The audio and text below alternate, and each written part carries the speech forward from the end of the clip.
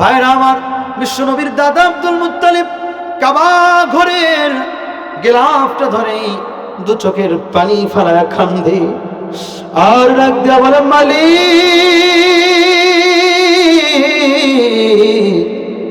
এই কাবা ঘরের মালিক তুমি। এই আব্রাহার সঙ্গে যুদ্ধ করার ক্ষমতা আমাদের নাই। ভাইরা আমার, বিশ্বনবীর দাদা আব্দুল মুত্তালিব ডাক দিয়া বলে, আল্লাহ তোমার ঘর তুমি হেফাজত করো, আমি এখানে কিছুই করতে পারতেছি না, আমরা অপারগ। ভাইরা আমার, এ কথা বলার সঙ্গে সঙ্গে আল্লাহ রাব্বুল আলামিন ওই পাখি পাঠাই দিল ঝাঁকে ঝাঁকে। জোরে বলেন না আল্লাহু আকবার, জোরে বলেন না আল্লাহু আকবার। আল্লাহ রাব্বুল আলামিন বলেন, আলাম তারা কাইফা ফাআলা রাব্বুকা বিআসহাবিল ফিল। আল্লাহ রাব্বুল আলামিন বলেন, ও নবী আপনি কি দেখেননি? আচ্ছা বলেন, এই ঘটনা কি আল্লাহ নবী দেখছে? নবীজির জন্মের কয়দিন আগে? একটু জোরে বলেন, কয়দিন আগে? বিশ্বনবীর জন্মের 50 দিন আগের ঘটনা বিশ্বনবী দেখেন নাই। কিন্তু আল্লাহ কি বলতেছে, আলাম তারা কাইফা ফাআলা রাব্বুকা বিআসহাবিল ফিল। ও নবী আপনি কি দেখেন নাই? আলাম ইয়াজআল কাইদাহুম ফি তাজলিল। আমি আল্লাহ তাদের পরিকল্পনা, তাদের ষড়যন্ত্র কি নস্যাৎ করে দেইনি? আলাম ইয়াজআল কাইদাহুম ফি তাদলিল ওয়া আরসালা আলাইহিম তায়রান আবাবিল। আমি কি তাদের বিরুদ্ধে ঝাঁকে ঝাঁকে পাখি পাঠায় দেইনি? ভাইরা আমার, তয়রন মানে হচ্ছে পাখি। কি তয়রন মানে? ওয়া আরসালা আলাইহিম তায়রান। তয়রন শব্দের অর্থ হচ্ছে পাখি, আবাবিল মানে ঝাঁকে ঝাঁকে। কিন্তু আমরা অনেকে জানি আবাবিল পাখি। এই কথাটা সত্য না। তয়রন শব্দের অর্থ কি? পাখি। এবং আবাবিল শব্দের অর্থ কি? ঝাঁকে ঝাঁকে। আল্লাহ রাব্বুল আলামিন বলতেছেন, ওয়া আরসালা আলাইহিম তায়রান আবাবিল। আমি কি তাদের বিরুদ্ধে ঝাঁকে ঝাঁকে পাখি পাঠাইনি? সেই পাখিগুলো কবুতরের থেকে ছোট এবং চড়ুই পাখির থেকে একটু বড়। ভাইরা আমার, একটু মনোযোগ দিয়ে দেন। সেই পাখিদের দুই পায়ে দুইটা পাথর এবং মুখে একটা পাথর। কয়টা পাথর? আল্লাহ রাব্বুল আলামিন জানায় দেন, ওয়া আরসালা আলাইহিম তায়রান আবাবিল। আমি কি তাদের বিরুদ্ধে ঝাঁকে ঝাঁকে পাখি প্রেরণ করি নাই? তাদের মুখে ছিল একটা পাথর, পায়ে ছিল দুইটা পাথর। তায়রান আবাবিল, ওয়া আরসালা আলাইহিম তায়রান আবাবিল তারমিহিম বিহিজারাতিন মিন সিজিল। ওই পাখি তাদের মুখ থেকে, পা থেকে যখন পাথরগুলো ফেলেছে, ও নবী আপনি কি দেখেননি? ফাজাআলাহুম কাআসফিম মাকুল। জোরে বলেন না আল্লাহু আকবার। নবী, আমি তাদেরকে চিবানো ভুসির মতো, গরু যখন খাবার খায়, ঘাস খায়, চিবায় কি চিবায় না? ওই চিবানো ভুসির মতো তাদেরকে আমি বানায়া দিয়েছি।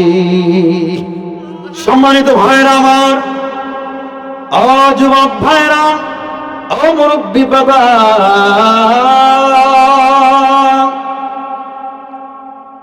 পর্দার আড়ালের মা, অল্প সময় কথা বলবো। ভাইরা আমার, কোরআনের মধ্যে সব সমস্যার সমাধান আছে না নাই? একটু জবান খুলে বলেন, আছে না নাই? ভাইরা আমার,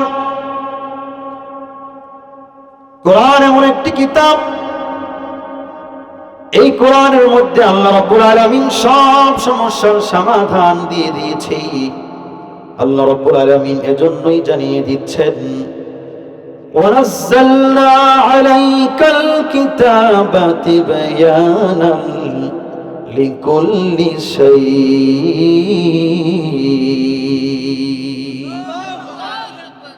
আল্লাহ রাব্বুল আলামিন বলেন, পৃথিবীর জমিনে এমন কোন সমস্যা নাই যে সমস্যার সমাধান আমি আল্লাহ কোরআনের মধ্যে দেই নাই। ভাইরা আমার, যারা রাজনীতি করেন, আপনাদের রাজনৈতিক জীবনে যে সমস্যা, এই সমস্যার সমাধান আল্লাহ কোরআনের মধ্যে দিয়েছে কি দেয় নাই? যুবক ভাই, তোমার যুবক বয়সের যত সমস্যা আছে, সব সমস্যার সমাধান আল্লাহ রাব্বুল আলামিন কোরআনের মধ্যে দিয়ে দিয়েছে। কথা বলেন ঠিক কি না? ভাইরা আমার, তার মানে আপনার আমার জীবনে যত সমস্যা আছে, সব সমস্যার সমাধান আল্লাহ কোরআনে দিয়ে দিয়েছে। এই কোরআন যে আসলে সব সমস্যার সমাধান দিতে পারে। আলোচনার শুরুতে একটি ঘটনা বলতে চাই, শুনবেন তো? আপনারা শোনার জন্য রাজি আছেন তো নাকি কষ্ট পাচ্ছেন? বাবারা,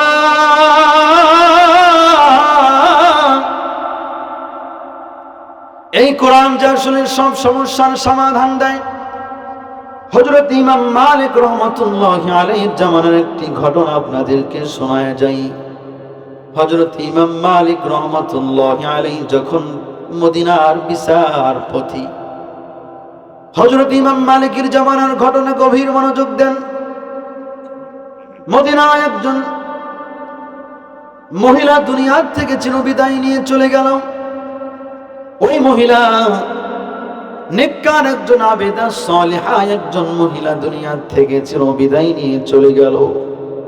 ভাইরা আমার, বলেন তো দেখি, আমাদের সমাজে যখন কোনো মহিলা মারা যায়, মহিলাদেরকে গোসল কি মহিলারা করায় না পুরুষরা?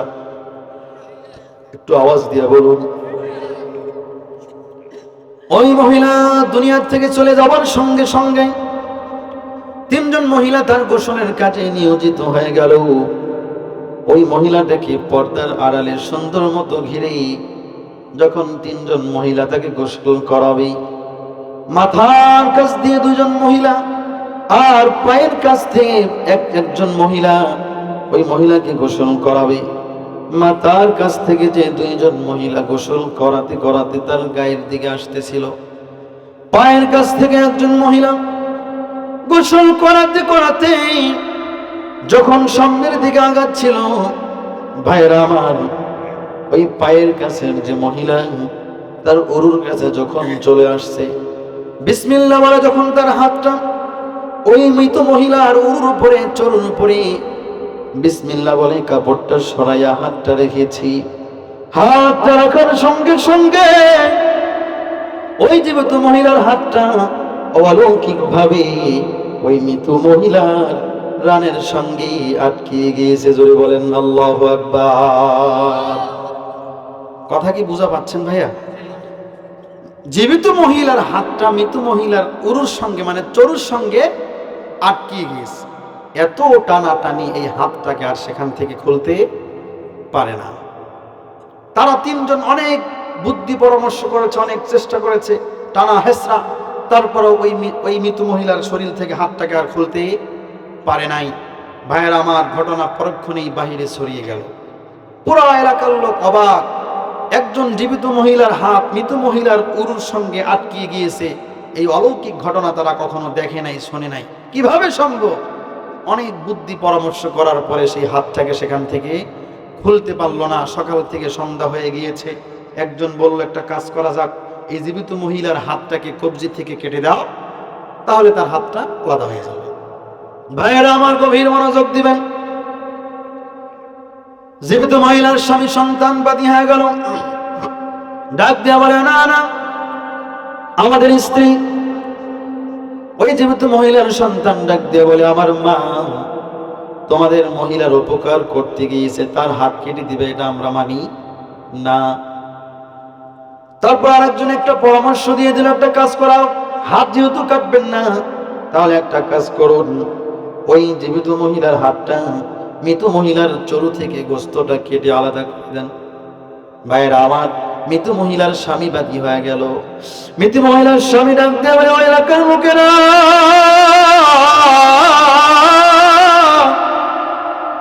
আমার স্ত্রীকে আমার জীবদ্দশায়, তার জীবদ্দশায় একটা ফুলের টোকাও দেই নাই, আর আসছে দুনিয়া থেকে চলে গিয়েছে, আর তোমরা তার গোস্ত কেটে নিবে, এটা আমরা মানতে রাজি না।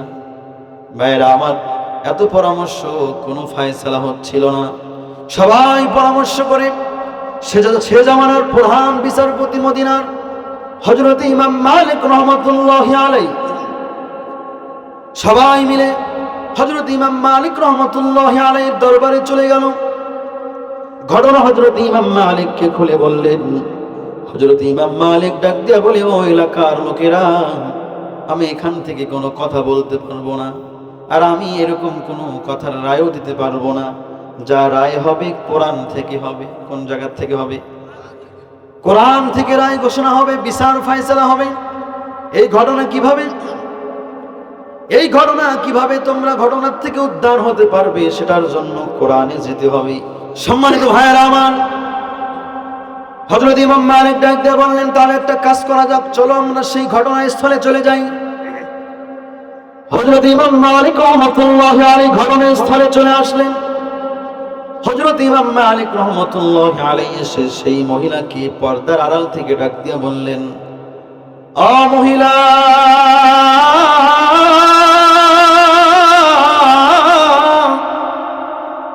তোমার কাছে আমার কয়েকটা প্রশ্ন। ও মহিলা, একটা প্রশ্ন করতে চাই। আচ্ছা বলো তো দেখি, তুমি এখানে আসার পরে এই মৃত মহিলার গায়ে কি আঘাত করেছো নাকি মার দিয়েছো নাকি? কয় না, আমি কেন একজন মৃত মহিলাকে মার দিতে যাব? মারো নাই। ও মহিলা, এখানে আসার পরে এমন কোন কথা বলেছো যেই কথাটা এই মহিলা জীবিত অবস্থায় থাকলে শুনলে মনের মধ্যে কষ্ট পেত, এরকম কোন কথা বলেছো নাকি? মহিলা ডাক দিয়ে বলেন, হ্যাঁ আমি একটি কথা বলে ফেলেছিলাম। হযরত ইমাম মালিক ডাক দিয়ে বলে, ও মহিলা, এমন কি কথা বলেছো যার কারণে তোমার হাতের এই অবস্থা হয়েছে? মহিলা ডাক দিয়ে বলে, ও ইমাম, আমি এই মহিলাকে দেখার পরে অনেকদিন আগের একটি ঘটনা আমার মনে পড়ে গিয়েছে। ও ইমাম,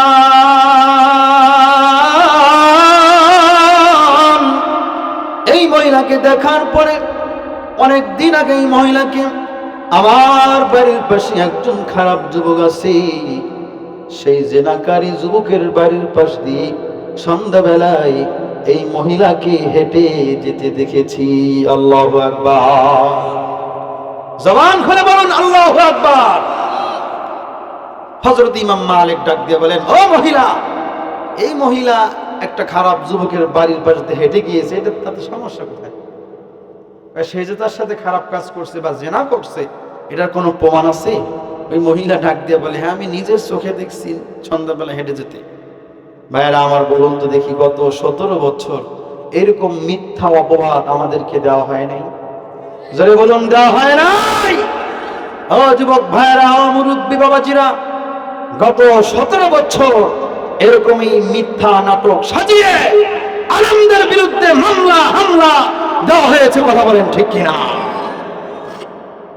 সম্মানিত ভাইরা আমার, হযরত ইমাম মালিক ডাক দিয়ে বলে, ও মহিলা, এই মহিলা যে আসলে তার সাথে খারাপ কোনো কাজ করেছে তার কোনো প্রমাণ আছে নাকি? তুমি 4 জন প্রমাণ রেডি করো, 4 জন সাক্ষী রেডি করো। আর যদি 4 জন সাক্ষী রেডি না করতে পারো, ও মহিলা শুনে রাখো, আমি কোরআন থেকে বিচার ফয়সালা করব, নতুবা তোমার খবর আছে। ওই মহিলা কোনো সাক্ষী রেডি করতে পারলো না।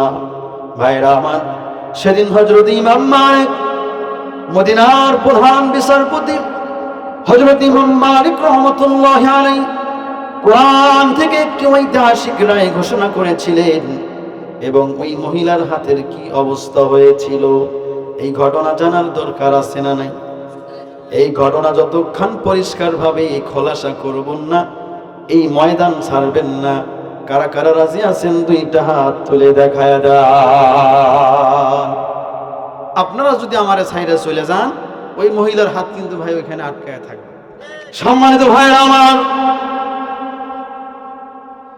আমরা সবাই এখানে কোরআন শোনার জন্য এসেছি।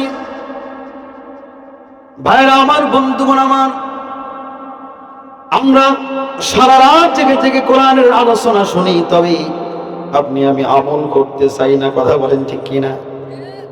আমরা দেখি বক্তার চেহারা কালা না সাদা। কথা বলেন ঠিক কিনা?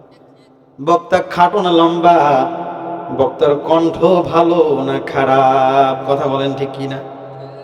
এই যে গরম গুলো যদি না হইলে এতক্ষণে এটার মাঠে থাকে লোকজন। এনা গরম আজ হয়েছে দেখে আসছে বক্তা বাদে ভালো ভাই। আমি কি মিথ্যা কথা কইলাম ভাই? মানে আমরা আমল করতে চাই না, মানে ওয়াজ শুনতে শুনতে বেহুশ হয়ে যাবে, কিন্তু আমল করবে না। এখন যদি জিজ্ঞাসা করি এশার নামাজ কার কার করছে, বেশিরভাগই লোক কইবে আমি নামাজ পড়ো না। কথা বলেন ঠিক কিনা? একটা ঘটনা মনে পড়ছে, বলবো? ওয়াজ তো শুরু করি না, ওয়াজ আজ 2 ঘন্টা হবে, মানে 2টা পর্যন্ত থাকবেন। হযরত আবু হুরায়রা রাদিয়াল্লাহু তাআলা আনহুর কথা শুনছেন আপনারা? শুনেন, নবীজির একজন সাহাবী হযরত আবু হুরায়রা রাদিয়াল্লাহু তাআলা আনহু। দেখেন তারা আমলের দিকে কত আগ্রহ ছিল, আর আমরা আমল করতে চাই না। হযরত আবু হুরায়রা রাদিয়াল্লাহু তাআলা আনহু, তেনাকে আল্লাহ রাসূল খাদ্য গোদামের যে ঘর সেটার পাহারার দায়িত্ব দিয়েছেন। হযরত আবু হুরায়রা রাদিয়াল্লাহু তাআলা আনহু গভীর রাত্রে পাহারায় নিয়োজিত। গভীর রাত্রে ঘুমায় গিয়েছে। গভীর মনোযোগ দিয়ে দেন ভাইয়েরা আমার, এই ঘটনা বলি আমার মূল আলোচনায় যেতে চাই। ভাইয়েরা আমার, হযরত আবু হুরায়রা রাদিয়াল্লাহু তাআলা আনহু যখন এই ঘুমায় গিয়েছে, সেই খাদ্য গোদামের মধ্যে চোর প্রবেশ করেছে। চোর যখন একটা একটা করে জিনিস নিচ্ছিল, হযরত আবু হুরায়রার ঘুমটা ভেঙে গিয়েছে। হযরত আবু হুরায়রা সেই চোরের হাতটা ধরে ফেলছে। কার হাত ধরছে? চোরের হাতটা ধরে ফেলছে। আবু হুরায়রা চোরের হাত ধরে ফেলছে, হাত আর ছাড়তেছে না। চোর ডাক দিয়ে বলতেছে, ও আবু হুরায়রা, তুমি আল্লাহর রাসূলের একজন ভালো সাহাবী, আমি কি এমনি চুরি করতে আসছি? ভাই, চোর কি এমনি চুরি করে? পেটের দায়ে কয়, আমার সন্তান ছেলে মেয়ে, আমার স্ত্রী পুত্র না খেয়ে আছে, আমি এই জন্য চুরি করতে আসছি, আজকে আমাকে ছেড়ে দাও। মায়া লাগছে, চোরকে ছেড়ে দিচ্ছে। পরের দিন সকালবেলা আল্লাহর রাসূল কয়, ও আবু হুরায়রা, রাতের বেলা চোর আসছিল, চোরের কি খবর? আল্লাহর রাসূলকে ডাক দিয়ে বলে, ও আল্লাহর রাসূল, আপনি কিভাবে জানলেন রাতে চোর আসছিল? কয়, আমি কিভাবে জানছি সেটা বড় ব্যাপার না, চোরের সাথে কি আচরণ করছে এটা বলো। আল্লাহ রাসূল চোরের হাত ধরে ফেলছি, আর চোর আমাকে তার অপারগতার কথা, তার অসহায়ের কথা বলেছে, আমি চোরকে ছেড়ে দিয়েছি। আল্লাহ রাসূল বলছেন আজকে রাতে ওই চোর আসবে। আচ্ছা, আল্লাহ রাসূল কি মিথ্যা কথা বলে? আবার রাতের বেলা হযরত আবু হুরায়রা ঘুমায় গিয়েছে খাদ্য গোদামে, আবার ওই চোর আসছে, আবার ওই একই চোর আসছে, চোরের হাতটা ধরে ফেলছে। চোর আবার আগের দিনের কথা বলছে, ও আবু হুরায়রা, আমি অসহায় মানুষ, পেটের দায়ে চুরি করি, আমার সন্তানরা না খেয়ে আছে, আমাকে ছেড়ে দাও। আর আমি নবীর বংশের লোক, আমাদের জন্য মিথ্যা কথা বলেছে আর কি। আবু হুরায়রা আবার ওই দিন ছাড়িয়ে দিছে চোর। পরের দিন আল্লাহ রাসূল বলে, আবু হুরায়রা, চোরের কি খবর? কয়, চোর তো আবার আগের দিনের কথা বলছে, আমি চোরকে ছাইরা দিছি। চোর ছাইরা দিছো, চিন্তার কোনো কারণ নাই, চোর আবার আজকে রাতে আসবে। আল্লাহ রাসূলের কথা কি মিথ্যা হয়? ভাই আমার, গভীর মনোযোগ দিয়ে দেন। ওই চোর আল্লাহর রাসূলের কথা অনুযায়ী আবার এসেছে। গভীর রাত্রে আবু হুরায়রা চিন্তা করে, আজকে আর চোরকে ছাড়বো না। 2 দিন আমাকে ফাঁকি দিয়েছে, অসহায়ের কথা বলেছে, অভাবের কথা বলেছে, চোরকে ছেড়ে দিয়েছি, আজকে আর চোরকে ছাড়বো না। নাংটি খিচি বসে আছে, হ্যাঁ, একেবারে কমর খিচি বসে, চোর আসবে ধরে ফেলবো। ভাইয়েরা আমার, চোর আবারও আসছে, চোরকে আবার ধরে ফেলছে। ভাইয়েরা আমার, চোরকে যখন ধরে ফেলছে, গভীর মনোযোগ দিয়ে দেন। আবু হুরায়রা কয়, আগের 2 দিনের কথা কইলে আমি ছাড়বো না। চোর ডাক দিয়ে বলে, হ্যাঁ আমি বুঝতে পারছি তুমি আমাকে ছাড়বা না, আমি আজকে আগের 2 দিনের কোনো কথা বলবো না। ও আবু হুরায়রা, তুমি যদি আজকে আমারে ছাইরা দাও, তাহলে আমি তোমার একটা আমল শিখাই দেব, অনেক দামি আমল। আচ্ছা, সাহাবীদের আমলের প্রতি আগ্রহ আছে না নাই? আমলটা শিখাবে চোর না ভালো মানুষ? চোর। চোর আমল শিখাবে। আবু হুরায়রার মনটা গলে গিয়েছে। আবু হুরায়রা ডাক দিয়ে বলে, ও চোর, কি আমল আমাকে তাড়াতাড়ি বলে দাও। চোর ডাক দিয়ে বলে, আবু হুরায়রা, একটা পরিষ্কার আমলের কথা আমি তোমাকে বলে যাই। তুমি যদি 5 ওয়াক্ত নামাজের পরে আয়াতুল কুরসি পড়তে পারো, কি কুরসি? আয়াতুল কুরসি তেলাওয়াত করতে পারো, এবং সকাল সন্ধ্যা ফজরের নামাজের পরে একবার আয়াতুল কুরসি পড়বা, আবার মাগরিবের নামাজের পরে একবার আয়াতুল কুরসি পড়বা। ও আবু হুরায়রা, তুমি যদি রাতের বেলা ঘুমানোর আগে আয়াতুল কুরসি পড়তে পারো, আর যদি 5 ওয়াক্ত নামাজের পরে যেই বৈঠকে নামাজ পড়বা, ও আবু হুরায়রা, তুমি যদি আয়াতুল কুরসি পড়তে পারো, মনে রাখবা তোমার মৃত্যু হবে, সঙ্গে সঙ্গে আল্লাহ তোমাকে তার জান্নাতে পাঠায় দিবে। এই কথা শোনার পরে হযরত আবু হুরায়রা চোরের হাতটা কি করছে? আবার ছাইরা দিয়েছে। সকাল হওয়ার সঙ্গে সঙ্গে আল্লাহর রাসূল ডাক দিয়ে বলে, আবু হুরায়রা, আজকে রাতের ঘটনা কি আমাকে খুলে বলো। আবু হুরায়রা ডাক দিয়ে বলে, ও আল্লাহর রাসূল, আজকেও চোর ছাইরা দিছি, কিন্তু চোরের আমি সাধারণ কোনো কারণে ছাড়ি নাই। চোর আমাকে একটা আমল শিখায় দিয়েছে, একটা আমল আমাকে চোর শিখায় দিয়েছে। ও আল্লাহর রাসূল, এই আমল। আল্লাহর রাসূল ডাক দিয়ে বলে, ও আবু হুরায়রা, চোর মিথ্যা কথা বলে নাই, সত্য কথা বলছে। ও আবু হুরায়রা, তুমি জানো নি এই চোরটা সাধারণ কোনো চোর নয়, এই চোরের নাম হচ্ছে জিবরাইল। জোরে বলেন না আল্লাহু আকবার। দেখেন, চোরের কাছ থেকে আমল শেখে, আর আমরা সারা রাত ওয়াজ শুনি। হ্যাঁ, আচ্ছা বলেন তো, আপনাদের জীবনে যে অনেক ওয়াজ শুনছেন যে হুজুর আমি অমুক একটা মাহফিলের ওয়াজের একটা আমল করি, একটা আমল কোন এক বক্তা আমাদেরকে শেখাই দিয়েছে, ওই আমলটাকে এরকম কোন লোক এখানে আছেন? নাই। তাইলে এই ওয়াজ শুনি লাভ কেন? মোর বক্তার গালা ফাটি যাচ্ছে। আমল করবেন তো ভাই, আমল করার নিয়ত আছে তো ইনশাআল্লাহ? সম্মানিত ভাইরা আমার, এজন্য আমলের নিয়তে শুনতে হবে। আপনি আমি সবাই এখানে কোরআন শোনার জন্য এসেছি। ভাইরা আমার, কোরআন শুধু শুনলে হবে না, কোরআনের উপর আমল করতে হবে। যুবক ভাইরা, এজন্যই আল্লাহ রাব্বুল আলামিন ডাক দিয়ে বলেন, কিতাবুন আনজালনাহু ইলাইকা লিতুখরিজান নাসা মিনাজ-যুলুমাতি ইলান-নূর।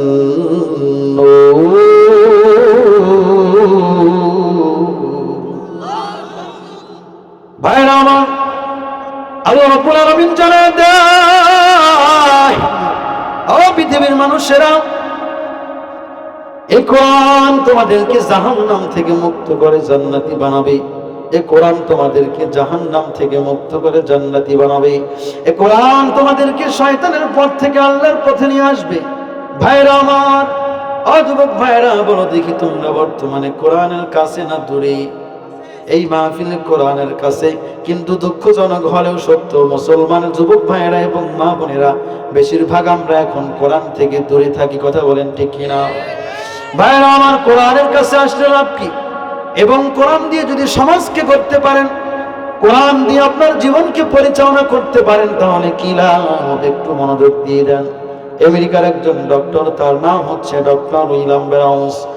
ডক্টর উইলিয়াম ব্রাউন্স একজন খ্রিস্টান মানুষ। খ্রিস্টান মানুষ হওয়া সত্ত্বেও প্রতিদিন কোরআন থেকে গবেষণা করে, কোরআন থেকে তথ্য উদ্ঘাটন করে। ডক্টর উইলিয়াম ব্রাউন্স একদিন সূরাতুল বাকারা তেলাওয়াত শুরু করে দিলেন।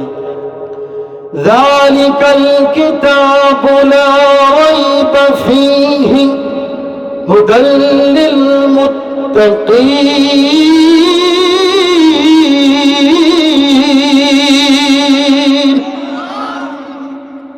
ইহা এমন একটি কিতাব যার মধ্যে কোনো ভুল নাই, সন্দেহ নাই, ভুলের কোনো অবকাশ নাই।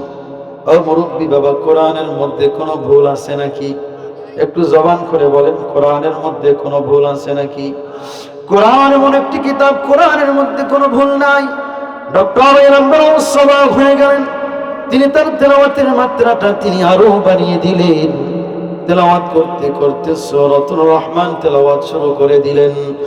মাওয়াজাল বাহরাইনি ইয়ালতাকিয়ানি বাইনাহুমা বারযাখুন লা ইয়াবগিয়ান।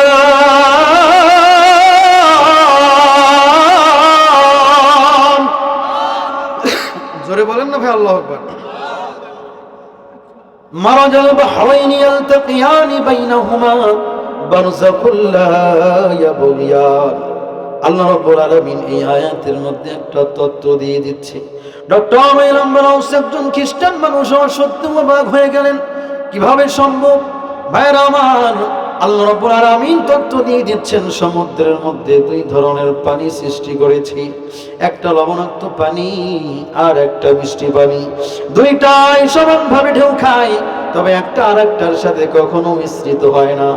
ডক্টর উইলিয়াম ব্রাউন্স অবাক হয়ে গেলেন, পৃথিবীর জমিনে এত গবেষণা করলাম, আজ অব্দি এরকম কোনো তত্ত্ব কোথাও পাইলাম না। ভাইরা আমার, তিনি তত্ত্ব উদ্ঘাটন করার জন্য সমুদ্রে চলে গেলেন।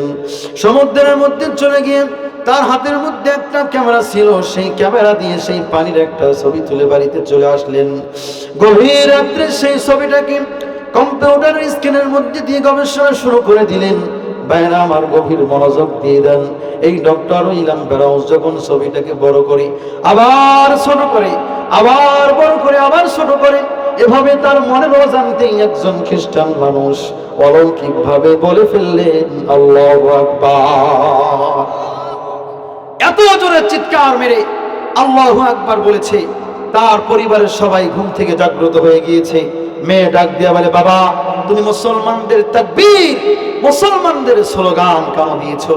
ভাইরা আমার, দুঃখজনক হলেও সত্য, বলেন তো দেখি, এই মাহফিলগুলোর থেকে যখনই নারায়ে তাকবীরের স্লোগান দেওয়া হয়, তখনই এক শ্রেণীর নাস্তিক মোরতাদ ডাক দিয়া বলে, এই তাকবীর নাকি বিতর্কিত স্লোগান। বলে কি বলে না? সম্মানিত ভাইরা আমার, আজকে এই মাহফিল থেকে একটি কথা পরিষ্কার ভাবে জানাই দিতে চাই, যেই তাকবীর দিয়ে আপনার আমার সকাল হয়, যেই তাকবীর দিয়ে আপনার আমার রাত্র হয়, যেই তাকবীর দিয়ে আপনাকে আমাকে জন্মের পরে কানে আযান দেওয়া হয়েছে, যেই তাকবীর দিয়ে আপনাকে আমাকে মৃত্যুর পরে বিদায় দেওয়া হবে, এই তাকবীরকে যে সমস্ত নাস্তিক মুরতাদরা বিতর্কিত স্লোগান বলে, আমি বলতে চাই তোমাদের জন্য বিতর্কিত। কথা বলেন ঠিক কিনা?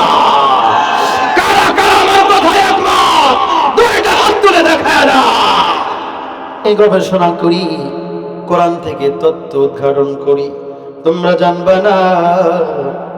আমি তোমরা কে কি বলবা আমি জানি না, আমি তোমাদেরকে সাক্ষী রেখে কালেমা পড়ে মুসলমান হয়ে গেলাম। লা ইলাহা ইল্লাল্লাহু মুহাম্মাদুর রাসূলুল্লাহ। যারা বলেন না সাল্লাল্লাহু আলাইহি ওয়াসাল্লাম।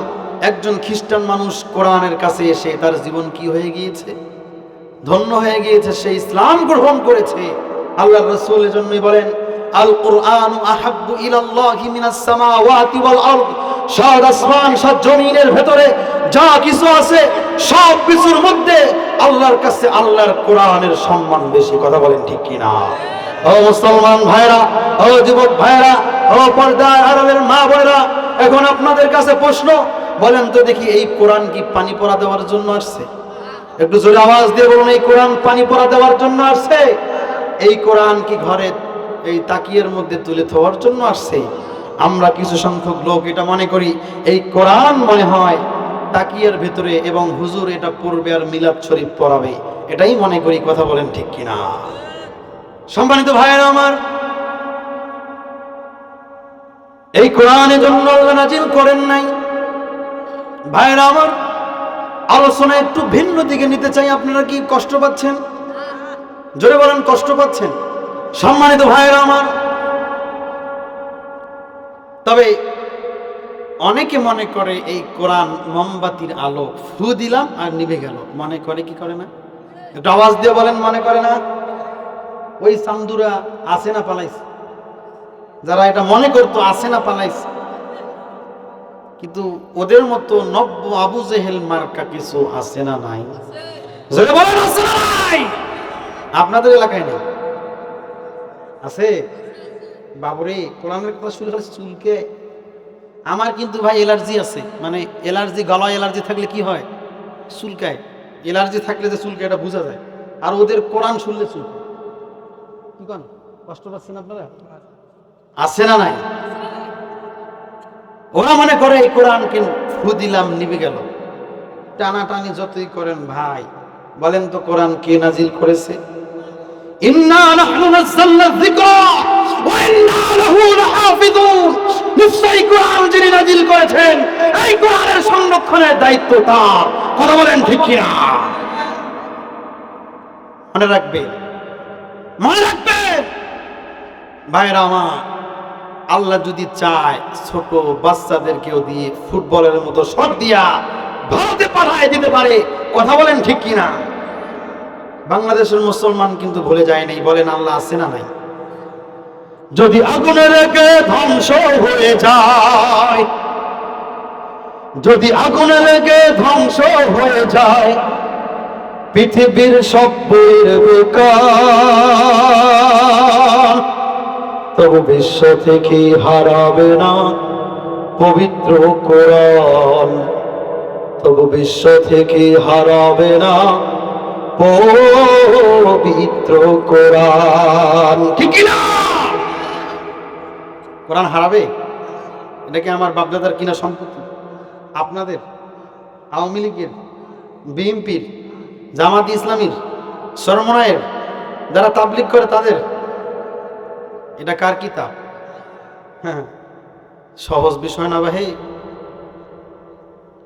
যদি আগুনে লেগে ধ্বংস হয়ে যায়, যদি আগুনে লেগে ধ্বংস হয়ে যায় পৃথিবীর সব বইয়ের দোকান, তবু বিশ্ব থেকে হারাবে না পবিত্র কোরআন, তবু বিশ্ব থেকে হারাবে না পবিত্র কোরআন।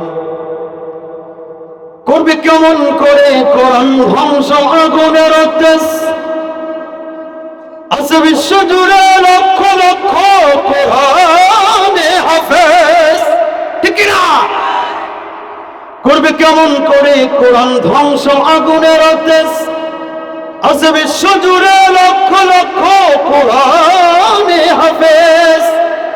তারা ছাপিয়ে আসমানি গ্রন্থ, ছাপিয়ে আসমানি গ্রন্থ বাঁচাবে ইসলামের মান, তবু বিশ্ব থেকে হারাবে না পবিত্র কোরআন, তবু বিশ্ব থেকে হারাবে না পবিত্র কোরআন। ঠিক না? আবার দুটো হাত তোলেন। তোমার না জিমি যাচ্ছেন ভাই? হ্যাঁ, লারা দেন, লারা দেন, শয়তান যেন ঢুকিন না পায়। হ্যাঁ, আবার তাকবীর দেন। নারায়ে তাকবীর, নারায়ে তাকবীর। সুতরাং আজকের এই মাহফিল থেকে ভারতকে একটি কথা জানাই দিতে চাই, মিডিয়ায় আলোচনা যাবে। যদি মোদির কাছে আমার এই আলোচনা যায় সামনে পরে, ওই জন্য শুনি না। কি বলেন? বলেন তো দেখি, ভারতে বাবরি মসজিদকে ভেঙ্গে তারা রাম মন্দির করেছিল না? গত 2-3 দিন আগের ঘটনা। সেই ভারতের মুসলমানেরা মাথায় ইট দিয়ে আবারও বাবরি মসজিদ করার জন্য নিয়ত করেছে। কথা বলেন ঠিক কিনা? জয় বলেন আল্লাহ। সুতরাং সারা পৃথিবীর কাফের মুশরিকদেরকে জানায় দিতে চাই, আল্লাহ আবু জাহেলের সময় ছিল, এখনো আছে। যেই আল্লাহ খুনি হাসিনাকে ফুটবলের মতো লাথি মেরে ভারতে পাঠিয়ে দিয়েছে। কথা বলেন ঠিক কিনা? ভাইরা আমার, আজকে আলোচনা অন্যদিকে করতে চেয়েছিলাম। বর্তমান প্রেক্ষাপট নিয়ে একটি সূরার সাথে কিছু কথা মিলে যায়, সূরাটির থেকে আলোচনা করতে চাই নতুন ভাবে। এতক্ষণ যা কইছি কইছি, আপনারা কি খুশি আছেন? সূরাতুল ফিল আপনারা জানেন না? এই সূরার সংক্ষিপ্ত তাফসীর করতে চাই অল্প সময়ে। আপনারা কি শুনবেন? আমি একটি আয়াতে কারিমাও তেলাওয়াত করেছিলাম, ইন্নাল্লাহ আশতারা মিনাল মুমিনিনা আনফুসাহুম ওয়া আমওয়ালাহুম বিআন্না লাহুমুল জান্নাহ ইউকাতিলুনা ফি সাবিলিল্লাহ ফায়াকতুলুনা ওয়া ইউকতালুন। এই আয়াত সূরা ফিলের সংক্ষিপ্ত তাফসীর করে আমি আমার এই আয়াতের কিছু আলোচনা মিলিয়ে করতে চাই। আপনারা কি কষ্ট পাবেন? আমার সাথে একটু পড়ুন। আউযু বিল্লাহি মিনাশ শাইতানির রাজীম, বিসমিল্লাহির রহমানির রহিম। আলাম তারা কাইফা ফাআলা রাব্বুকা বিআসহাবিল ফিল আলাম ইয়াজআল কাইদাহুম في تضليل وأرسل عليهم طيرا أبابيل ترميهم بحجارة من سجيل فجعلهم كعصف مأكول। সম্মানিত ভাইরা আমার, সূরা ফিলের সংক্ষিপ্ত তাফসীর। আমি একটু শুরু আগে থেকে অনেক দূর থেকে আসতে চাই। ইয়ামান নামে একটি দেশ পৃথিবীতে আছে, আপনার নাম শুনেছেন? কি নাম? ইয়ামান। এই সূরা ফিল আল্লাহর রাসূলের উপর যখন নাজিল হয়েছে, সে সময় আল্লাহর রাসূল মাত্র 3 বছর শিয়াবে আবু তালেব নামক কারাগার থেকে, জেলখানায় বন্দি থেকে জেল খেটে বের হয়েছে। তার 3 দিন পরে এত কষ্ট দেওয়া হয়েছে আমাদের নবীকে। ভাইয়েরা আমার, একটু মনোযোগ দেন। বিশ্বনবীকে অনেক কষ্ট দেওয়া হয়েছে, তিনি অসহায়। তখন আল্লাহ রাব্বুল আলামিন এই সূরা তার উপর নাজিল করে দিয়েছেন। জোরে বলেন না আল্লাহু আকবার। সম্মানিত ভাইয়েরা আমার, এই সূরা নাজিল করে দিয়ে বিশ্বনবীকে আল্লাহ রাব্বুল আলামিন জানিয়ে দিচ্ছেন, আমার নবীগণ, ভাইয়েরা আমার, ইয়ামানের একজন বাদশা ছিল, তার নাম হচ্ছে ইউসুফ জুনাওয়াজ। কি নাম? একটু জোরে বলেন। ইউসুফ জুনাওয়াজ। নামটা একটু জোরে বলেন, কি নাম? ইউসুফ জুনাওয়াজ ইয়ামানের বাদশা ছিল। ভাইরা আমার, ইউসুফ জুনাওয়াজ যখন ইয়ামানের বাদশা, এত খারাপ বাদশা, সে নারীদেরকে ধর্ষণ করত, ছোট ছোট মাসুম বাচ্চাদেরকে হত্যা করত। এত অন্যায় বিচার তার দেশের লোকের ওপর করেছে। ভাইরা আমার, তার দেশের লোকেরা তার উপর অতিষ্ঠিত হয়ে গিয়েছে। এই আমাদের বাদশা ইউসুফ জুনাওয়াজকে ক্ষমতার থেকে নামানোর জন্য সেই জামানায় কিছু ভালো মানুষ, যারা ঈসা নবীর ধর্মের অনুসারী ছিল, খ্রিস্টান ছিল, ভাইরা আমার, তারা পার্শ্ববর্তী দেশ ইয়ামানের পার্শ্ববর্তী দেশের নাম হচ্ছে হাবশা। কি নাম? হাবশা। হাবশার বাদশা, তার নাম হচ্ছে নাজাশী। ভাইরা আমার, এই ইয়ামানের বাদশাকে পদচ্যুত করার জন্য, ক্ষমতার থেকে নামানোর জন্য কিছু সংখ্যক ঈমানদার মানুষ, যারা ঈসা নবীর অনুসারী ছিল, ভাইরা আমার, তারা হাবশার বাদশা নাজাশীর কাছে গিয়ে পরামর্শ করলো। নাজাশীর বাদশাও ছিল সে সময় মুনাফিক মার্কা ঈমানদার। কি মার্কা ঈমানদার? মুনাফিক মার্কা ঈমানদার। ভাইরা আমার, আমাদের সমাজ অনেক মুসলমান আছে, মুসলমান দাড়িও রাখে, টুপিও পরে, জুব্বাও পরে, কিন্তু ইসলামের বিরোধিতা ঘরে আছে না নাই? জোরে বলেন, আছে না নাই? যুবক ভাইরা, নাজাশীর কাছে চলে যাওয়ার সঙ্গে সঙ্গে নাজাশী একটা পরামর্শ দিল, একটা কাজ করা যাক। যেহেতু তোমাদের উপর অন্যায় অবিচার করতেছে সেই ইউসুফ জুনাওয়াজ, আমরা এটা মানতে পারি না। আমরা যেহেতু তোমাদের প্রতিবেশী, ইয়ামানের পাশে আমাদের দেশ, আমরা এটা মানতে পারি না। নাজাশী তার দেশের র্যাব এবং পুলিশদেরকে ডাক দেয়া বলল, আমাদের দেশের, আমার দেশের সেনা প্রধান যারা আছো, আমি তাদের বিরুদ্ধে যুদ্ধ ঘোষণা করতে চাই। এমনকি আসো, তাদের সাথে যুদ্ধের মধ্যে যাবে, তাদের সাথে লড়বে এবং ওই ইউসুফ জুনাওয়াজকে ক্ষমতার থেকে নামাবে। ভাইরা আমার, দুইজন তার সেনাপতি প্রধানের মধ্যে দুইজন ব্যক্তি দাঁড়িয়ে গেল। একজনের নাম হচ্ছে আব্রাহা। কি নাম? একজনের নাম হচ্ছে আব্রাহা, আরেকজনের নাম হচ্ছে আরবা। কয়জন ব্যক্তি? 2 ব্যক্তি রাজি হয়ে গেল। ভাইরা আমার, সকলকে নিয়ে ইউসুফ জুনাওয়াজের বিরুদ্ধে তারা ময়দানে নেমে পড়ল। এত প্রখর আন্দোলন গড়ে তুলল, ইউসুফ জুনাওয়াজ আমাদের দেশের খুনি হাসিনার মতো ভারত পালায় গেছে। এরকম যুবকরা আন্দোলনের মাধ্যমে ওই ইউসুফ জুনাওয়াজকে দেশ থেকে তাড়িয়ে দিয়েছে, সে পালায় গিয়েছে। ভাইরা আমার, একটু গভীর মনোযোগ দেন। এই ইউসুফ জুনাওয়াজ যখন চলে গিয়েছে, পুরা দেশ 2 জন যুবকের হাতে। একজনের নাম হচ্ছে আব্রাহা, আরেকজনের নাম কি? আরবা। এই 2 জনের কাছে পুরা দেশ। আচ্ছা বলেন, আমাদের দেশের যুবকরা যখন আমাদের এই দেশকে শিকল মুক্ত করেছে, স্বৈরাচার মুক্ত করেছে, এই যুবকদের ভেতরেও ক্ষমতার লোভ আসছে কি আসছে না? বর্তমানে আপনারা দেখতেছেন না ভাই? আমি কি বাড়ায় বললাম? ওই 2 যুবকের মধ্যে ক্ষমতার লোভ চলে আসছে। একজন বলতেছে আমি ইয়ামানের বাদশা হব, আরেকজন বলে আমি হব। 2 জন পরামর্শ করে তাদের প্রধান নাজাশীর কাছে চলে গেল। নাজাশী ছিল মোরল। 2 জনকে যখন যুদ্ধে পাঠায়, বলেন তো দেখি যুদ্ধে কে পাঠাইছিল? নাজাশী পাঠাইছে। 2 জনে যখন নাজাশীর কাছে চলে গেল, ভাইরা আমার, ওই নাজাশী একটা বুদ্ধি দিল। খোলামেলা কোনো কথা না বলে সে বলে দিল, একটা কাজ করো, তোমরা দুইজন পরামর্শ করে যেটা ভালো হয় সেটা করো। এরকম নেতা আমাদের সমাজে আছে না নাই? মানে গিরিঙ্গি লাগে দেয়। সে যদি বলতো যে তোমরা দুইজনের মধ্যে একজন, এটা না বলে কি বলছে, তোমরা যেটা ভালো মনে করেন ওইটা করো। আচ্ছা, গিরিঙ্গি লাগছে কি লাগেনি? ভাইরা আমার, গিরিঙ্গি লাগায় দিয়েছে নাজাশী। দুইজন যখন ইয়ামানে চলে গিয়েছে, আব্রাহার শক্তি বেশি ছিল। আব্রাহা সেই আরবাদকে নিজ হাতে খুন করেছে। আব্রাহা যখন আরবাদকে খুন করেছে, খুন করার সঙ্গে সঙ্গে ভাইরা আমার, আরবাদের রক্তের উপর দাঁড়িয়ে আব্রাহা ঘোষণা দিয়ে দিল, এই ইয়ামানের বাদশা হচ্ছি আমি। ইয়ামানের বাদশাকে আমি আব্রাহা। ভাইরা আমার, যখন ক্ষমতা আসছে তখন আগের নরম কথার ভোল পাল্টে গেছে। এরকম নেতা আছে না নাই? সরকারে যাওয়ার আগে বলে এটা করব সেটা করব, কিন্তু যখন এমপি হয়, মন্ত্রী হয়, চেয়ারম্যান হয়, ভাইরা আমার, ওর বাড়ি যে স্যান্ডেল ছিঁড়ে যায়, স্যান্ডেল ক্ষয় যায়, কিন্তু আর নাগাল পাওয়া যায় না। আছে না না? আছে না?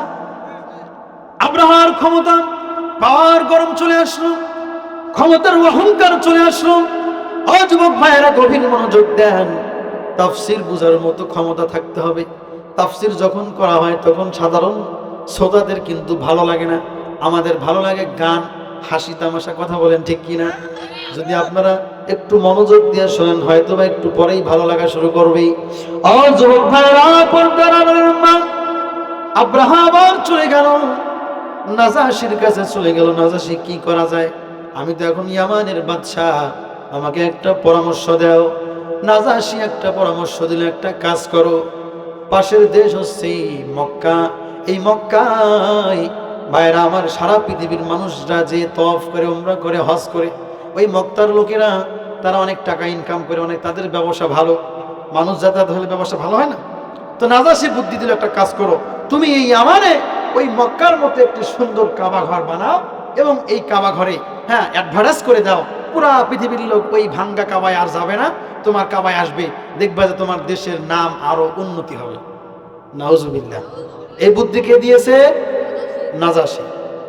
ভাইরা আমার, এই বুদ্ধি দেওয়ার সঙ্গে সঙ্গে যেই কথা সেই কাজ।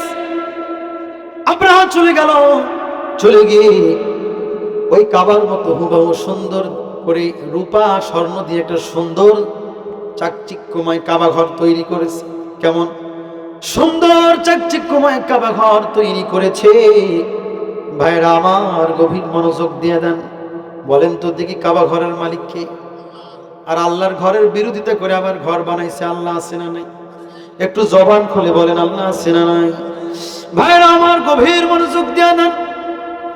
সুন্দর করে অনেকদিন সময় নিয়ে কাবা ঘর তৈরি করেছে। এই আব্রাহা ওই কাবা ঘরটাকে যখন উদ্বোধন করবে, আচ্ছা বলেন তো, ঢোল ঢাক দিয়ে উদ্বোধন করার দরকার আছে না নাই? সুন্দর করে সাজাইছে, পুরা দেশের লোককে জানাইছে, একেবারে হই হই রই রই ব্যাপার। ভাইরা আমার, যখন ঘরটাকে উদ্বোধন করবে, ভাইরা আমার, মক্কা থেকে 9 জন যুবক, কয়জন যুবক? 9 জন যুবক ব্যবসার কাজে মানে আসছে। আসার পরে ঘটনা দেখে যে ব্যাপার কি, কাবার মতো কাবা তৈরি করছে, এটাকে উদ্বোধন করবে। ভাইরা আমার, তারা ছিল ইসলামপন্থী মানুষ, ইমানদারপন্থী মানুষ। তারা বলছে এটা আমরা মানতে পারি না। আর কাবা ঘরের গোষ্ঠী কিলাই, আব্রাহার কাবা ঘরের গোষ্ঠী কিলাই। তারা 9 জন মিলে কাবা ঘর, এখনো তো উদ্বোধন হয় নাই, সুন্দর করে গেট লাগায় রাখছে, তালা মেরে রাখছে। তারপরে দারোয়ান বলতেছে যাওয়া যাবে না। কয় ভাই ঢুকবো আর বের হবো, অনুমতি পেল না। 9 জন মিলে দারোয়ান যারা ছিল, যারা পাহারায় ছিল, সবাইকে বেঁধে হাত পাও বাঁধে কি করছে, তালা ভাঙ্গে ভেতরে ঢুকছে। আল্লাহু আকবার বলে ভেতরে প্রবেশ করার পরে ভাইরা আমার, আল্লাহর ঘরকে অবমাননা করি আব্রাহা কাবা ঘর বানাইছে। ও যুবক ভাইরা, 9 জন যুবক পেট ক্লিয়ার করছে, মানে পায়খানা পেশাব করি আর কাবা ঘরত মাখি ধুয়ে দিছে। পুরা এত পরিমাণে পায়খানা করছে, কুতি কুতি পায়খানা করছে, পায়খানা করে পুরা ঘর মাখায় রাখছে। এত দুর্গন্ধ, এটা 7 দিন ধইল, এটা দুর্গন্ধ যাবে না। ভাই বলেন না, আল্লাহ আছে না নাই? জোরে বলেন, আছে না নাই? যুবক ভাইরা, সকালবেলা আব্রাহা আসবে, উদ্বোধন হবে। দরজা করে যখন প্রবেশ করছে, বাবারে বাবা বমি আসে, এত দুর্গন্ধ, পুরা ঘর পায়খানা দিয়ে মাখা। পায়খানা করে শেষ করে নাই, নেপি দিছে, পা দিয়ে নেপি দিছে। ভাইরা আমার, আল্লাহর খেলা কেউ বোঝে না। যুবক ভাইরা, আব্রাহা কাবা ঘর উদ্বোধন করবে। দারোয়ানরা বলে আমাদেরকে বেঁধে রেখেছিল। তারা পরের দিন সকালে 9 যুবক মক্কায় চলে গেছে, তাদেরকে কই আর পাবে? ভাইরা আমার, দারোয়ান বলে, ও বাদশা মশাই, এটা 7 দিনও গন্ধ যাবে না, আজকে ডেট পিছায়া দেন। আচ্ছা বলেন, কাবা ঘরে যখন আগু করে দিছে, মনের মধ্যে জেদ আছে না? হ্যাঁ, নতুন পাওয়ার পাইছে, এই পাওয়ারের ঠালায় কাবা ঘর বানাইছে। এমন পাওয়ার, সম্মানিত ভাইরা আমার, এই পাওয়ার যখন দেখাচ্ছে, তখন মনে ক্ষোভে নিজের কাবা ঘর নিজে ভাঙি ফেলেছে। নাজাশী বুদ্ধি দিল, একটা কাজ করো, যেহেতু তোমার কাবা ঘরে তারা নষ্ট করেছে, নাপাক বানিয়ে দিয়েছে, একটা কাজ করো, তোমার ঘর তুমি নিজে ভাঙ্গো, নিজে ভেঙ্গে তুমি মক্কায় চলে যাও, ওই কাবা ঘর ভাঙ্গা, তাদের বিরুদ্ধে মিথ্যা অপবাদ দাও। আচ্ছা, আমাদের সমাজে আছে না নাই? নিজেরাই মন্দির ভাঙ্গে, এরকম আছে না নাই? নিজেরা মন্দির ভেঙ্গে দোষ দেয় মুসলমানের উপর, এরকম লোক আছে না নাই? যুবক ভাইরা, আব্রাহা যখন আবার নাজাশীর কাছে গিয়েছে, নাজাশী ডাক দিয়ে বলে, ও আব্রাহা, কি করতে পারি তোমার জন্য একটু বলো। আব্রাহা ডাক দিয়ে বলে, আমি তাদের কাবা ঘরকে নিজ হাতে ভেঙে দেব। আমি আমার কাবা ঘরকে যারা লাঞ্ছনা করেছে, এই কাবা ঘরকে যারা নাপাক করে দিয়েছে, আমি এটা মানতে পারতেছি না। আব্রাহা বলল, ওই নাজাশী বলল, আমি কি করতে পারি? আব্রাহা ডাক দিয়ে বলে, আমাকে কয়েকটা হাতি দাও। ভাইরা আমার, নাজাশী বলল, আমার দেশে বড় বড় 8টা হাতি আছে। কয়টা? আমাদের দেশে অসংখ্য হাতি আছে, কিন্তু সবচেয়ে বড় হাতি হচ্ছে 8টা। নাজাশী আব্রাহাকে 8টা হাতি দিয়ে দিল। 8টা হাতি এবং 10,000 সৈন্য নিয়ে, আরো 60,000 ভাইরা আমার ছোট ছোট হাতি নিয়ে মক্কাকে ভাঙবে, মক্কা ঘরকে ধ্বংস করবে, সেজন্য আব্রাহা রওনা করেছে। ভাইরা আমার, গভীর মনোযোগ দিয়ে দেন। কতগুলো হাতি? 8টা বড় বড় হাতি এবং তার সঙ্গে আরো 60,000। মুরব্বী বাবা, আল্লাহর খেলা কেউ বুঝতে পারে না।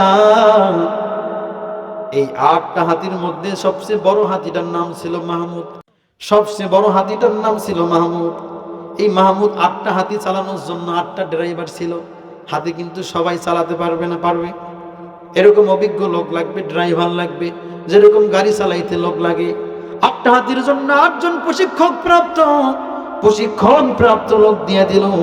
সবচেয়ে বড় যে হাতিটা, তার নাম হচ্ছে মাহমুদ। এই মাহমুদ নামক হাতির ড্রাইভার ছিল। ভাইরা আমার, এই মাহমুদ নামক হাতির যে চালক, সে ছিল ইমানদার। সরি বলেন না আল্লাহু আকবার। ইমানদার ছিল, কিন্তু আব্রাহার চাপাচাপির কারণে যেতে বাধ্য হয়েছে। সমস্ত হাতিদেরকে নিয়ে যখন রওনা করেছে, ভাইরা আমার, মক্কার দিকে রওনা করেছে। আর মাত্র 3 কিলো। কয় কিলো? আর মাত্র 3 কিলো রাস্তা বাকি। ভাইরা আমার, 3 কিলো রাস্তা বাকি।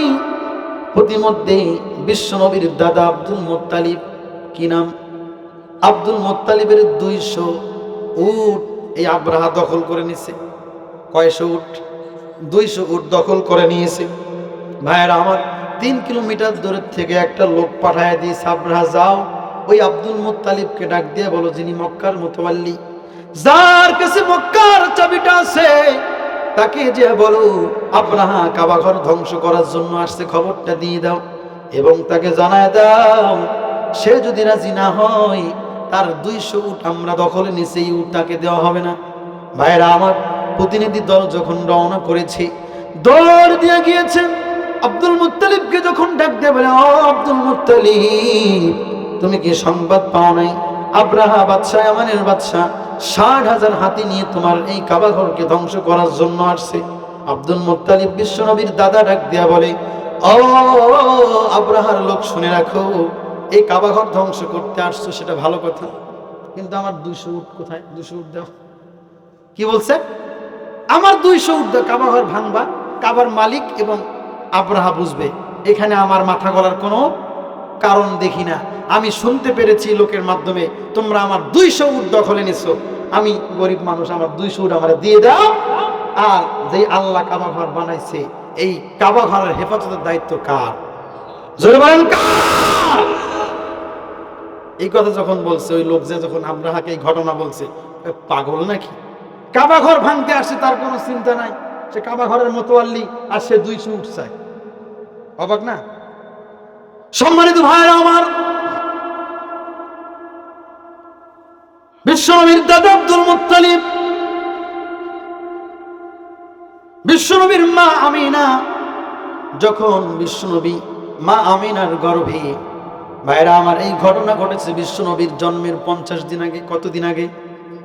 বিশ্বনবীর জন্মের 50 দিন আগে এই ঘটনা ঘটেছে। যুবক ভাইরা, মুরব্বী বাবা আব্দুল মুত্তালিব বিশ্বনবীর মা আমিনার হাতটা ধরে ডাক দিয়া বলে, ও বৌমা আসো, আমি তোমার পেটে যে নবজাতক বাচ্চা আসতেছে, এই বাচ্চা কোনো সাধারণ কোনো সন্তান নয়। তুমি যখন পানি তুলতে যাও, কূপের পানি আপনা আপনি উপরে উঠে আসে। এই বাচ্চা তোমার পেটে আসার সঙ্গে সঙ্গে আমি অনেক অলৌকিক ঘটনা দেখেছি। ভাইরা আমার, বিশ্বনবীর মাকে আব্দুল মুত্তালিব ডাক দিয়া বলে, চলো মক্কার গেলাফটা ধরে আমরা আল্লাহর কাছে দোয়া করি, তোমার অনেক সম্মান আল্লাহ দিয়েছে তোমার গর্ভে বাচ্চা আসার কারণে। ভাইরা আমার, বিশ্বনবীর দাদা আব্দুল মুত্তালিব কাবা ঘরের গেলাফটা ধরে 2 চোখের পানি ফালায়া কান্দে আর ডাক দিয়া বলে, মালিক,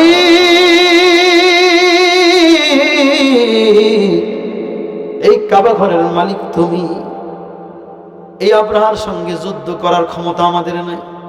ভাইরা আমার, বিশ্বনবীর দাদা আব্দুল মুত্তালিব ডাক দিয়া বলে, আল্লাহ তোমার ঘর তুমি হেফাজত করো, আমি এখানে কিছুই করতে পারতেছি না, আমরা অপারগ।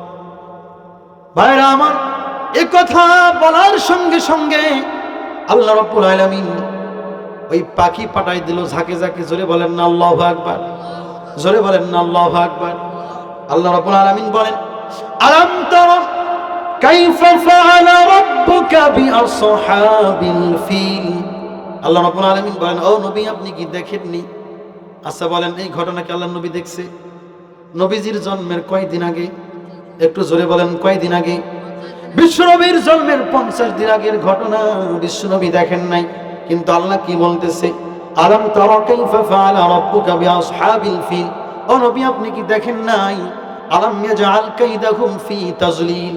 আমি আল্লাহ তাদের পরিকল্পনা, তাদের ষড়যন্ত্র কি নস্যাৎ করে দেইনি? আলাম ইয়াজআল কাইদাহুম ফি তাদলিল ওয়া আরসালা আলাইহিম তায়রান আবাবিল। আমি কি তাদের বিরুদ্ধে ঝাঁকে ঝাঁকে পাখি পাঠায় দেইনি? ভাইরা আমার, তয়রন মানে হচ্ছে পাখি। কি তয়রন মানে? ওয়া আরসালা আলাইহিম তায়রান, তয়রন শব্দের অর্থ হচ্ছে পাখি, আবাবিল মানে ঝাঁকে ঝাঁকে। কিন্তু আমরা অনেকে জানি আবাবিল পাখি, এই কথাটা সত্য না। তয়রন শব্দের অর্থ কি? পাখি, এবং আবাবিল শব্দের অর্থ কি? ঝাঁকে ঝাঁকে। আল্লাহ রাব্বুল আলামিন বলতেছেন, ওয়া আরসালা আলাইহিম তায়রান আবাবিল, আমি কি তাদের বিরুদ্ধে ঝাঁকে ঝাঁকে পাখি পাঠাইনি? সেই পাখিগুলো কবুতরের থেকে ছোট এবং চড়ুই পাখির থেকে একটু বড়। ভাইরা আমার, একটু মনোযোগ দিয়ে দেন। সেই পাখিদের 2 পায়ে 2টা পাথর এবং মুখে 1টা পাথর। কয়টা পাথর? আল্লাহ রাব্বুল আলামিন জানায় দেন, ওয়া আরসালা আলাইহিম তায়রান আবাবিল, আমি কি তাদের বিরুদ্ধে ঝাঁকে ঝাঁকে পাখি প্রেরণ করি নাই? তাদের মুখে ছিল 1টা পাথর, পায়ে ছিল 2টা পাথর। তায়রান আবাবিল, ওয়া আরসালা আলাইহিম তায়রান আবাবিল তারমিহিম বিহিজারাতিন মিন সিজিল। ওই পাখি তাদের মুখ থেকে, পা থেকে যখন পাথরগুলো ফেলেছে, ও নবী আপনি কি দেখেননি? ফাজাআলাহুম কাআসফিম মাকুল। জোরে বলেন না আল্লাহু আকবার।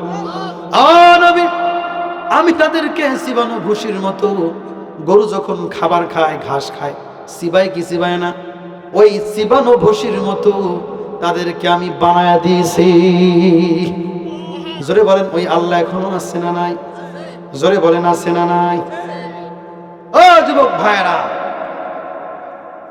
ও ইসলামপন্থী ভাইরা, ইসলামের বিপক্ষের লোকেরা যারা আছো তারাও শুনে রাখো, ওই আল্লাহ এখনো আছে না নাই?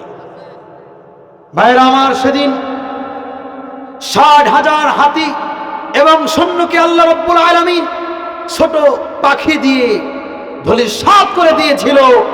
সুতরাং আজও সারা পৃথিবীতে এখান থেকে শিক্ষা নেন ভাইয়েরা আমার। বলেন তো দেখি, যখন বাবরি মসজিদ ওই ভারতের মোদি ভেঙ্গে রাম মন্দির বানিয়েছিল, সে সময় পৃথিবীতে একটা দুইটা মুসলমান নাকি কোটি কোটি মুসলমান? আল্লাহর সাহায্য কি আসছে? জোরে বলেন, আসছে? আসে নাই। তার এক নম্বর কারণ হচ্ছে সে সময় আব্দুল মুত্তালিবের তার ঈমান ছিল পাকা, আল্লাহর উপর বিশ্বাস ছিল। আমার ঘর আমারে দিয়ে দাও, আমার উট আমারে দিয়ে দাও, কিন্তু এই ঘরের মালিক আল্লাহ, এটার হেফাজতের দায়িত্ব কার? আল্লাহর। কিন্তু আমরা কোটি কোটি মুসলমান, এই মুসলমান হাজার হাজার কোটি কোটি, কিন্তু নামে মুসলমান, মুনাফিক মার্কা মুসলমান। কথা বলেন ঠিক কি না? সেজন্য এই বাবরি মসজিদকে ভেঙ্গে রাম মন্দির করেছে, আল্লাহর কোনো সাহায্য আসে নাই।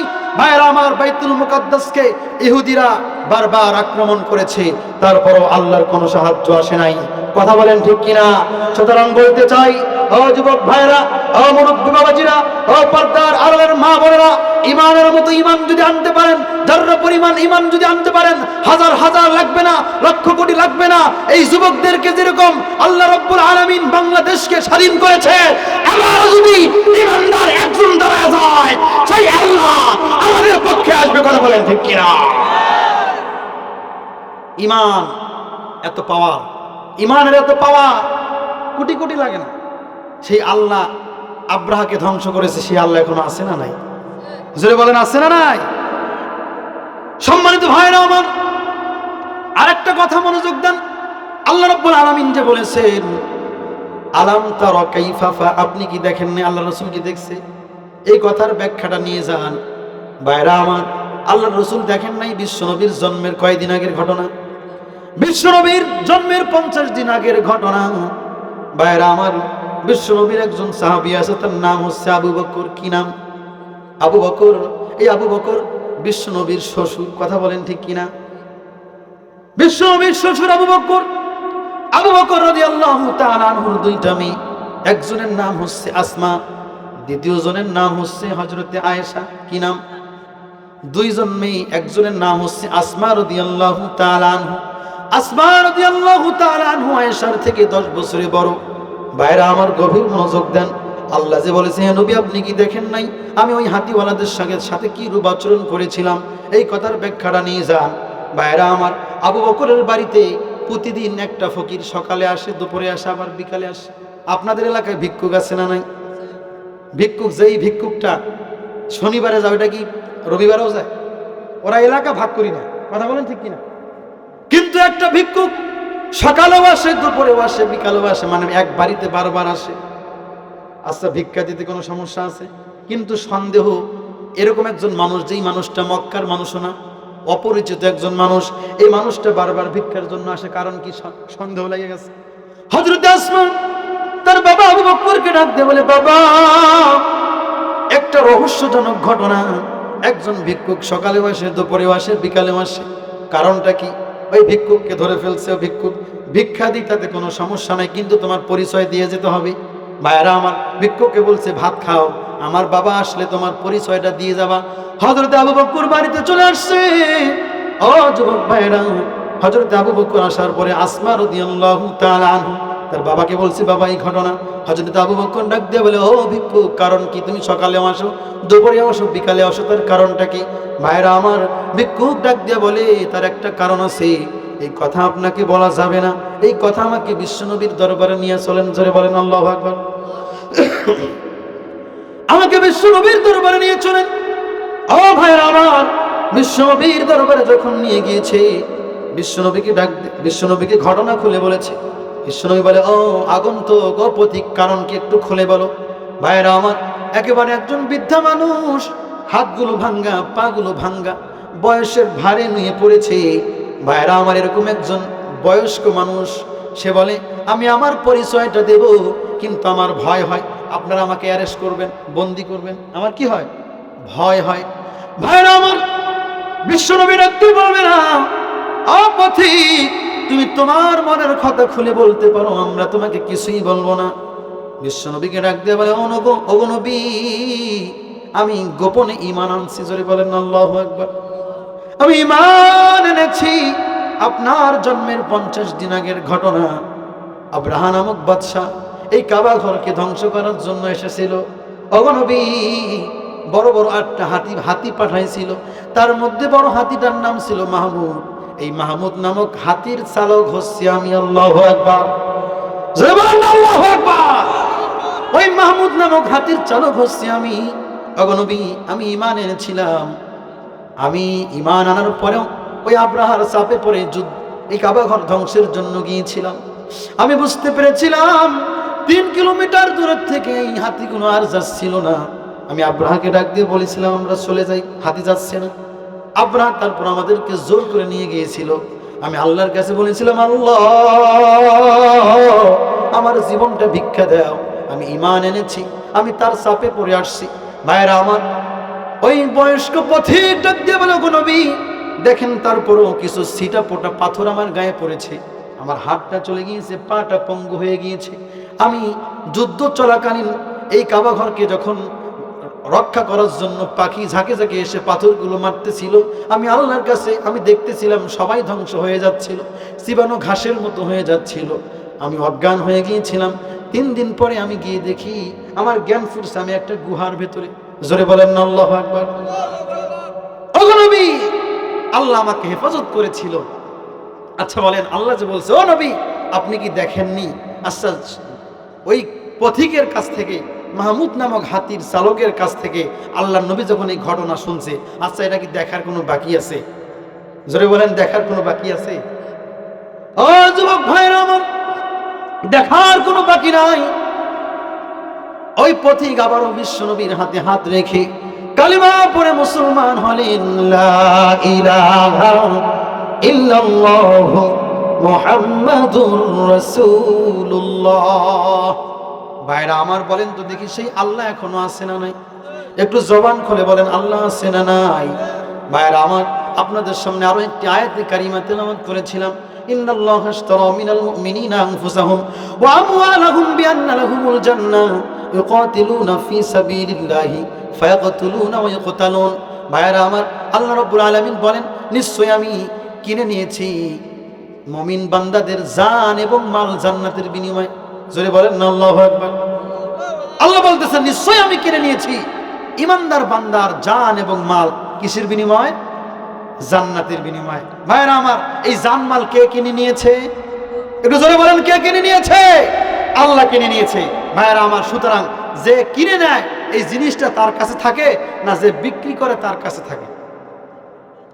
যাই কিনি নেয় তার কাছে থাকে। কিন্তু আল্লাহ আমাদের জানমাল কিনে নিয়েছে, কিন্তু জানমাল কাদের কাছে আছে? আমাদের কাছে আছে। ভাইরা আমার, এই কথার অর্থ এটাই, আল্লাহ আমাদের কাছ থেকে জানমাল কিনে নিয়ে এই জানমালকে আমাদের কাছে কি রাখছে ভাই? আমানত রাখছে। আমানতের খেয়ানত করা কি? জোরে বলেন, আমানতের খেয়ানত করা কি? মুনাফিকি। আর মুনাফিকের জায়গা কোথায়? জাহান্নামের নিচতলায়। ভাইরা আমার, সুতরাং মনে রাখবেন, আল্লাহ আপনার আমার জান মাল কিসের বিনিময়ে কিনে নিয়েছে? জান্নাতের বিনিময়ে কিনে নিয়েছে। যখন আল্লাহ চাইবে, ও বান্দা, যখন আল্লাহ চাইবে তোমার হাত, তোমার পা, তোমার জবান, তোমার জীবন যখন চাইবে, তোমার শরীর থেকে যখন রক্ত চাইবে, ও যুবক ভাইরা, আল্লাহর রাস্তায় জান এবং মালকে কুরবান করতে কারা রাজি আছেন? দুইটা হাত তুলে দেখায় না। আল্লাহর রাস্তায় জান এবং মাল দেওয়ার জন্য রাজি আছেন তো? ভাইরা আমার, ছোট্ট একটা ঘটনা বলেই আলোচনা রীতি টানতে চাই, থাকবেন তো 10 মিনিট। ও যুবক ভাইরা, জান এবং মাল আল্লাহ কিনে নিয়েছে কিসের বিনিময়ে? সম্মানিত ভাইরা আমার, আলোচনা শেষে আরো 2-1টা কথা বলতে চাই। আমরা এখানে কোরআন শোনার জন্য আসছি। আমরা কে কখন দুনিয়ার থেকে চলে যাব কেউ জানি না। কথা বলেন ঠিক কিনা? ভাইরা আমার, দুনিয়ার থেকে কে কখন চলে যাব আমরা কেউ জানি না। ও যুবক ভাইরা, আপনার আমার জীবনে গুনাহ আছে না নাই? একটু জবান খুলে বলেন তো, গুনাহ আছে না নাই? আল্লাহ রাব্বুল আলামিন ডাক দিয়ে বলেন, قل يا عبادي الذين أسرفوا على أنفسهم لا تقنطوا من رحمة الله ইন্নাল্লাহা ইয়াগফিরুদ যুনুবা জামিআ। ও মুরব্বি বাবা, যা মুরব্বি বাবা, ও পর্দার আড়ালের মা, জানি না কার কাছে কখন আজরাইল চলে আসবে। ও মুরব্বি বাবা, জানি না তোমার কাছে কখন আজরাইল চলে আসবে। আল্লাহ রাব্বুল আলামিন ডাক দিয়ে বলেন, বান্দা, ও বান্দা, তোমার গুনাহ যদি পাহাড় পরিমাণ হয়ে যায়, তোমার গুনাহ যদি সাত আসমান সাত জমিন ভরে যায়, ও বান্দা, তুমি যদি আমার কাছে খালেস দিলে তওবা করো, ও বান্দা, তুমি যদি এক ফোঁটা চোখের পানি ফেলাও, আমি তোমার জীবনের তামাম গুনাহ খাতা মাফ করে দেব। ভাইরা আমার, আজকের এই মাহফিলে তওবা করার ইচ্ছা আছে না নাই? একটু হাত তোলেন তো দেখি। হুজুর আমার মা নাই, বাবা নাই, এরকম কোনো ব্যক্তি আছে যে হুজুর আমার মা কিংবা বাবা নাই? একটু হাত তোলেন। ভাইরা আমার, হাত নামান। অনেকের মা নাই, বাবা নাই, কিন্তু বাড়িতে গেলে অনেকে মাকে মা বলে ডাকতে পারবে, এরকম লোক আছে না নাই? ও যুবক ভাইরা আমার, তোমার মতো কত যুবক মারা যায়। ও মুরব্বী বাবা, তোমার মতো কত মুরব্বী রোড অ্যাক্সিডেন্টে মারা যায়, রাতের বেলা ঘুমের ঘরে মারা যায়, আছে না নাই? ভাইরা আমার, এজন্য আজকের এই মাহফিল থেকে তওবা করতে চাই। মালিক, জীবনে যত গুনাহ করেছি তুমি মাফ করে দাও। ও মালিক, প্রকাশ্যে অন্ধকারে মানুষের সামনেই রক্ত গরম করে যত গুনাহ করেছি তুমি মাফ করে দাও। ভাইরা আমার, আল্লাহর কাছে মাফ চাই কি চাই না? দুইটা হাত তুলে দেখায় দেন যে আল্লাহ, অতীতে যা গুনাহ করছি তুমি মাফ করে দাও।